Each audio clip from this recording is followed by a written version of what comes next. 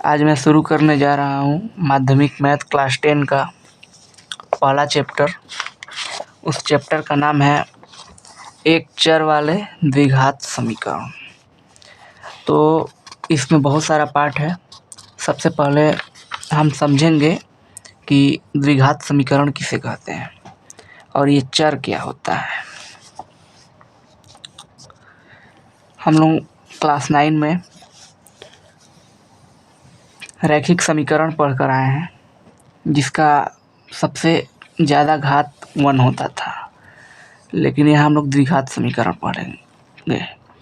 इसके पहले हम लोग कुछ जानेंगे जो कि ज़रूरी है समीकरणों के लिए। पहला होता है चर, और उसके बाद होता है, इसको चर को हम लोग चल राशि भी बोलते हैं। चल राशि जैसे x हुआ, y हुआ, a हुआ, b हुआ, या अल्फ़ाबेट का कोई भी लेटर, उसको हम लोग चल राशि कहेंगे। x y जैसे हम लोग सवाल में नहीं मानते हैं, इसको चल राशि कहते हैं। इंग्लिश में इसको वेरिएबल कहते हैं, क्योंकि इसका मान बदलता रहता है हमेशा। दूसरा होता है स्थिरांक, या उसको अचल राशि भी कहते हैं। जैसे कोई भी नंबर हुआ 1 2 3 4, इसका मान स्थिर रहता है, इसलिए हम लोग इसको स्थिरांक बोलते हैं या अचल बोलते हैं। मतलब इसका मान कभी भी बदलता नहीं है, जो है वही रहेगा। 1 है तो 1 ही रहेगा, 2 है तो 2 ही रहेगा, 3 है तो 3 ही रहेगा। किंतु चर राशि में x का मान कुछ भी हो सकता है, 5 2 3 4, x का मान कुछ भी हो सकता है, 2 3, इसलिए हम लोग इसको अचल राशि कहते हैं। अब हम लोग क्लास 9 में 2x + 3y = 9, इस तरह के हम लोग समीकरण पढ़े थे। इस तरह के 2 समीकरण होते थे, उसको हम लोग सॉल्व करते थे और x और y का मान निकालते थे। तो यहाँ x भी चल राशि है और y भी चल राशि है। तो इसमें कितने चल राशि हुए? यहाँ 2 चल राशि है। तो क्लास 9 में तो हम पढ़े थे कि एक समीकरण होता था रैखिक समीकरण, उसमें 2 चल राशि होते थे। लेकिन हम लोग क्लास 10 में पढ़ेंगे कि इस तरह का समीकरण है जिसमें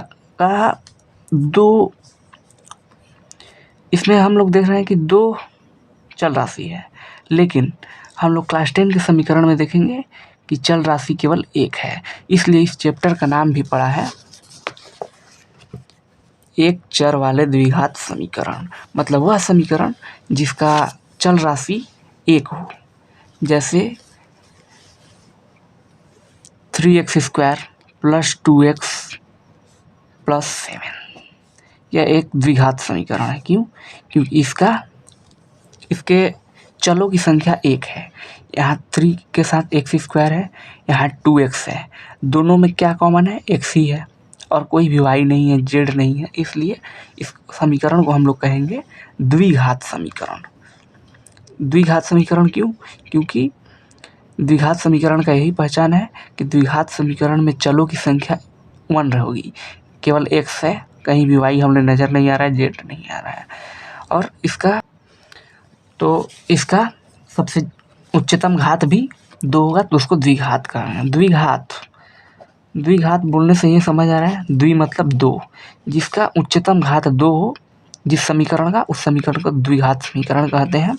और उसमें एक ही चल राशि होना चाहिए। जैसे x है तो x ही होगा, y रहेगा तो y ही होगा। अब द्विघात समीकरण का हम लोग रूपरेखा देखेंगे। द्विघात समीकरण को किससे तुलना करने पर मिलेगा? जैसे ax² + bx + c = 0।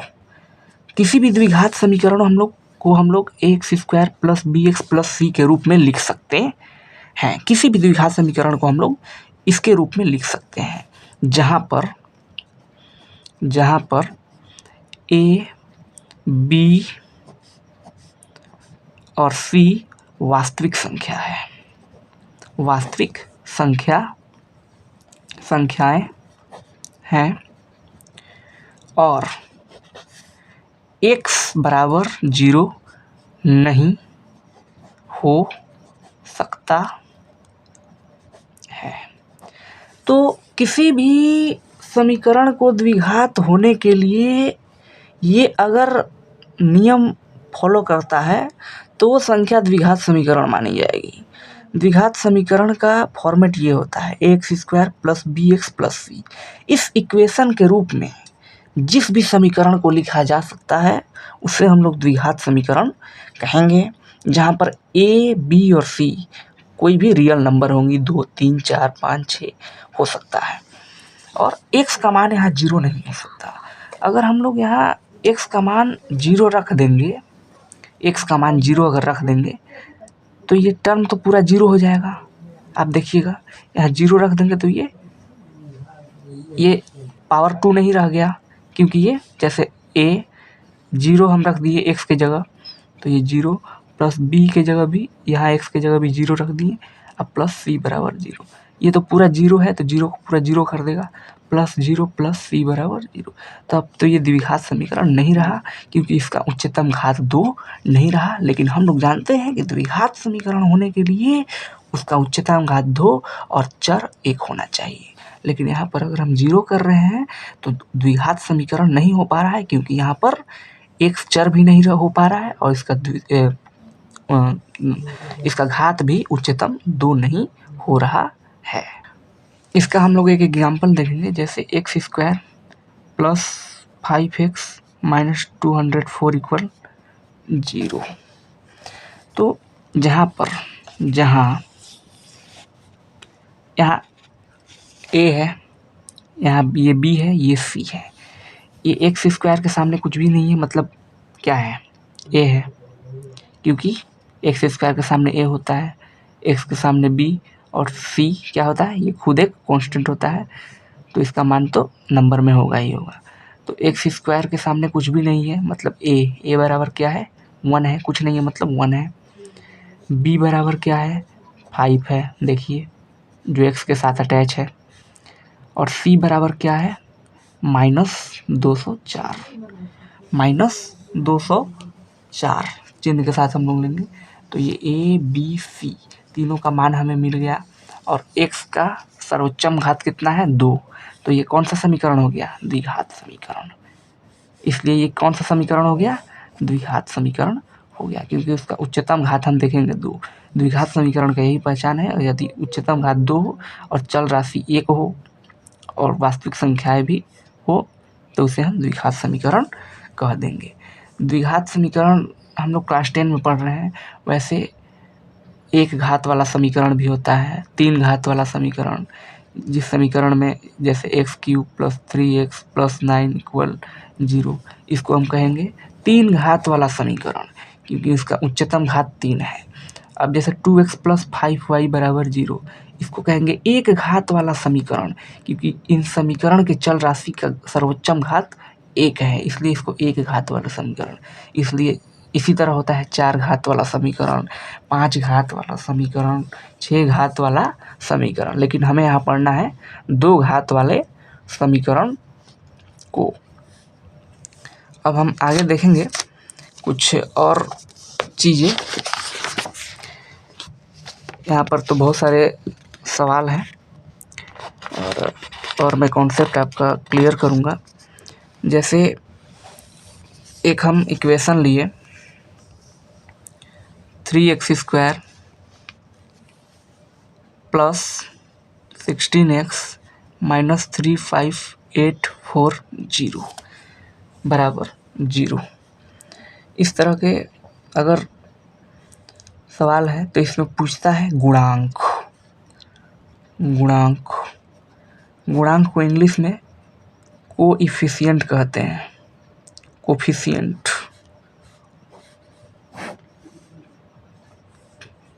जैसे एक हम इक्वेशन लिए x² प्लस 36x माइनस 460 बराबर 0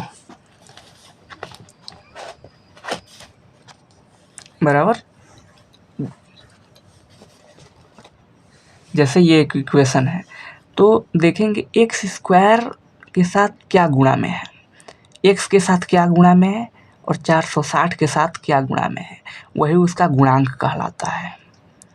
ठीक है, तो हम लोग देख रहे हैं कि एक्स स्क्वायर के सामने कुछ नहीं है, उसका मतलब क्या है, 1 है। एक्स के साथ क्या गुणा में है, तो 36 और यहाँ पर 460 है।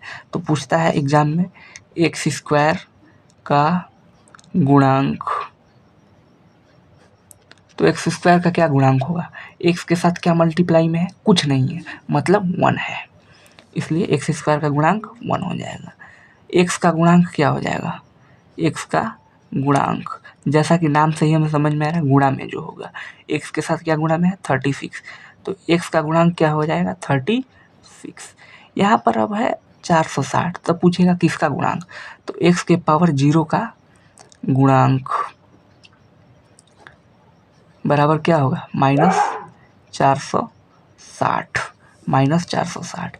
अब यहाँ पर इसके सामने कुछ भी नहीं है, इसका मतलब है एक्स का पावर 0 है, और किसी के पावर का 0 का मतलब क्या होता है, 1। तो यहाँ 1 रखेंगे या एक्स का पावर 0 रखेंगे, दोनों का मान सेम ही आएगा, इसलिए हम कहते हैं एक्स का पावर 0 का गुणांक -460 है। अब हम लोग देखेंगे हमारे पुस्तक का 1.1 में क्या बोला है, परीक्षण कर देखें, निम्नलिखित बहुपदी व्यंजकों में कौन सा द्विघात बहुपदी व्यंजक है, समझकर लिखें। जैसा कि हमने बताया आपको, जिसका उच्चतम घात 2 होगा और एक ही चल राशि होगा, वो द्विघात बहुपदी व्यंजक, द्विघात समीकरण होगा। तो हम लोग चलिए इसको समझकर लिखते हैं। तो पहला में बोला है, निम्नलिखित बहुपदी व्यंजकों में कौन सा द्विघात बहुपदी व्यंजक है, समझकर लिखिए। तो 1 नंबर में हम देखेंगे, तो 1 नंबर समीकरण दिया है, x square -7x + 2, x square -7x + 2। तो लिखेंगे, इसका देख रहे हैं कि हम सर्वोच्चम घात क्या है, 2, और इसमें एक ही चल राशि है, तो इसे हम क्या कहेंगे, द्विघात समीकरण। तो लिखेंगे चूंकि इस उपरोक्त समीकरण का सर्वोच्च घात 2 है, इसलिए यह एक द्विघात बहुपदी व्यंजक है। यहाँ आप बहुपदी व्यंजक भी लिख सकते हैं क्योंकि किताब में लिखा है। दूसरा नंबर में हम लोग को बोला है 7x का पावर 5 -x × x + 2, क्या यह बहुपदी व्यंजक एक द्विघात बहुपदी व्यंजक है। तो इसको हम लोग देखेंगे, 7x का पावर 5 -x × x + 2, तो इसको हम लोग सॉल्व करेंगे, तो 7x का पावर 5 माइनस x से x में मल्टीप्लाई होगा एक्स स्क्वायर, ये x से 2 में मल्टीप्लाई होगा तो 2x, और ये चिन्ह भी चेंज हो जाएगा क्योंकि यहाँ माइनस है तो ये ब्रैकेट माइनस हो जाएगा। तो लिखेंगे चूँकि दिए गए बहुपदी व्यंजक का उच्चतम घात, यहाँ देख रहे हैं कि उच्चतम घात 2 नहीं है, 5 है। हालांकि यहाँ 2 है लेकिन सबसे ज़्यादा वाला घात क्या है, 5, इसलिए ये समीकरण द्विघात नहीं होगा। अगर सब 2 ही रहता केवल तो ये द्विघात समीकरण हो जाता, लेकिन यहाँ उच्चतम घात मतलब सबसे ज़्यादा वाला घात क्या है, 5। तो लिखेंगे दिए गए बहुपदी व्यंजक का उच्चतम घात 5 है, इसलिए यह एक द्विघात बहुपदी व्यंजक नहीं है।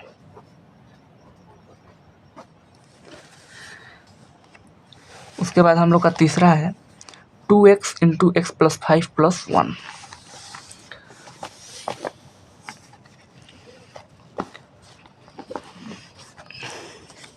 तीन नंबर में हम 2x into x plus 5 plus 1।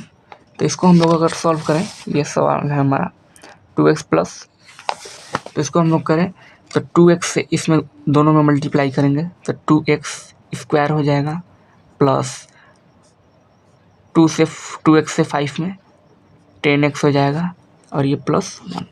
यहाँ पर हम देख रहे हैं कि वास्तविक संख्याएं भी है, एक चल राशि भी है और उच्चतम घातीय समीकरण का भी 2 है। तो ये क्या हो जाएगा, ये बहुपदी व्यंजक एक द्विघात बहुपदी व्यंजक है। तो लिखेंगे चूंकि दिए गए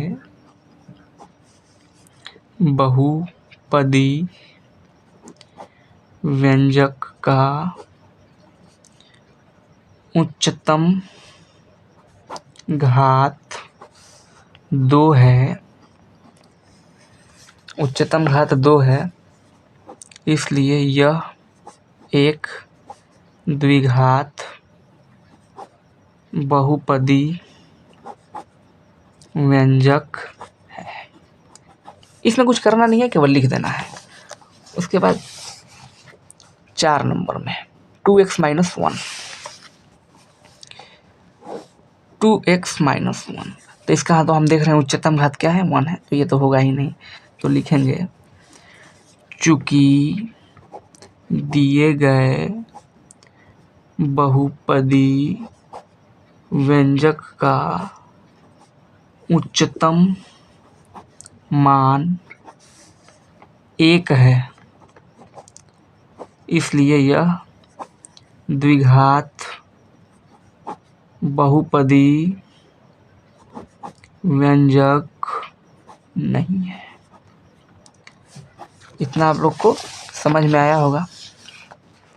उसके बाद 2 नंबर में क्या बोला है, निम्नलिखित समीकरणों में कौन सा x square plus b x plus c equal 0, जहाँ ए बी सी वास्तविक संख्या है एवं a is not equal to 0 इसके रूप में उन्हें लिखा जा सकता है, उन्हें हम लिखें। तो कौन सा द्विघात समीकरण के इस रूप में लिखा जा सकता है उसको हमको लिखना है। तो 2 का 1 नंबर हम देखेंगे। 2 का 1 नंबर, 2 का 1 नंबर, 2 का 1 नंबर में वही बोला है x minus 1 plus 1 by x equal 6, जहाँ x is not equal to 0। तो वही बोला है कि इसको x square plus b x plus c के रूप में किसको लिखा जा सकता है, जहाँ ए बी सी वास्तविक संख्या है उन्हें हम लिखें। तो इसको हम देख रहे हैं कि लिख पा रहे हैं कि नहीं इस रूप में। तो इसको सबसे पहले हम लोग सॉल्व करेंगे। तो एलसीएम लेंगे इसका, तो इसके नीचे कुछ नहीं है मतलब 1 है, इसके नीचे कुछ नहीं है मतलब 1 है, तो ये नीचे x बचा, इस x को एलसीएम ले लेंगे। लॉस यहाँ कुछ नहीं है मतलब 1 से x में मल्टीप्लाई x होगा, डिवाइड होगा तो x ही होगा, और इसमें करेंगे तो x स्क्वायर हो जाएगा, वो तो आपको आता ही होगा, माइनस इसके नीचे भी 1 है, कुछ नहीं है तो 1 से x और यहाँ x, अब प्लस x से x में डिवाइड होगा तो 1 होगा, 1 से 1 में मल्टीप्लाई होगा तो 1 इक्वल 6। तो x square minus x plus 1 equal, ये x से 6 में मल्टीप्लाई होगा तो 6x, x square minus x plus 1, ये 6x इधर आएगा तो माइनस 6x हो जाएगा, चिन्ह चेंज होगा बराबर 0। अब ये x स्क्वायर, ये माइनस 6x और माइनस x जुटेगा, जोट होगा तो माइनस 7x प्लस 1 इक्वल 0। तो हम लोग यहाँ देख रहे हैं कि ये जो समीकरण है यहाँ पर इसको a x square plus b x plus c के रूप में लिखा जा रहा है, जहाँ ए बी सी वास्तविक संख्याएं हैं। तो हम लोग अगर इस तुलना करेंगे a x square plus b x plus c बराबर 0, इसको अगर एक नंबर हम दें से तुलना करने पर एक नंबर समीकरण को इतना से तुलना करने पर हम क्या देख रहे हैं कि ए के जगह पर क्या है 1 है, कुछ नहीं है मतलब, बी के जगह पर क्या है -7 है, और सी के जगह पर 1 है या +1 भी है।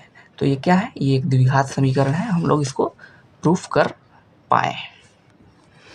2 नंबर है हम लोग का सवाल, x + 3x/= x²। तो इसको हम लोग देखेंगे 2 नंबर में है x + 3/x = x²। तो इसको भी हम लोग उसी तरह से करेंगे, x यहाँ एलसीएम हो जाएगा, ये नीचे 1 है तो 1 से 1 x², इस x से x में डिवाइड करेंगे 3 होगा इक्वल x²। तो यहाँ हो जाएगा x² + 3 इक्वल इस x से x में करेंगे x³। तो इसको इस तरफ ले आएंगे तो x² + 3 - x³ बराबर 0। ठीक है, तो इसका देख रहे हैं उच्चतम घात 3 है, तो ये एक द्विघात समीकरण नहीं है। ठीक है, तो लिखेंगे इसलिए दिए गए समीकरण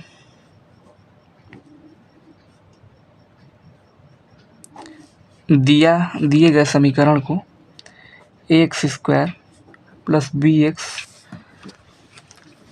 + c के रूप में नहीं लिखा जा सकता है क्योंकि उसका उच्चतम है, ये द्विघात समीकरण है ही नहीं। हम लोग का तीसरा क्वेश्चन है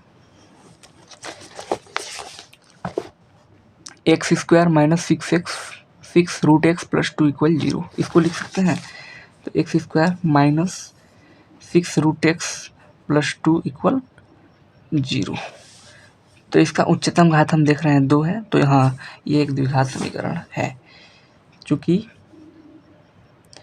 दिए गए समीकरण का उच्चतम घात 2 है एवं a = 1 b =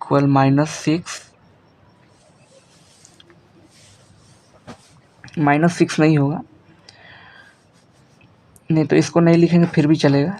दिए गए उच्चतम घात 2 है, इस 2 है, इसलिए यह एक द्विघात समीकरण है। उसके बाद हम लोग का चौथा जो है वो है बोला x - 2 का whole square equal x² - 4x + 2 4x + 4। तो इसको हम लोग देखेंगे, तो 4 नंबर में x - 2 का होल स्क्वायर बराबर x² - 4x + 4। तो इसको हम लोग a - b के होल स्क्वायर के फॉर्मूला पर तोड़ लेंगे तो क्या होगा, x² - 4x + 4 equal x² - 4x + 4। x², इस x को इधर लाएंगे +4, ये सबको इधर लाएंगे तो -x² + 4x -4 इक्वल 0, यही होगा। तो ये सब कट कर 0 हो जाएगा, 0। तो हम लिख देंगे यह, चाहे इसे इस समीकरण को x square plus b x plus c बराबर जीरो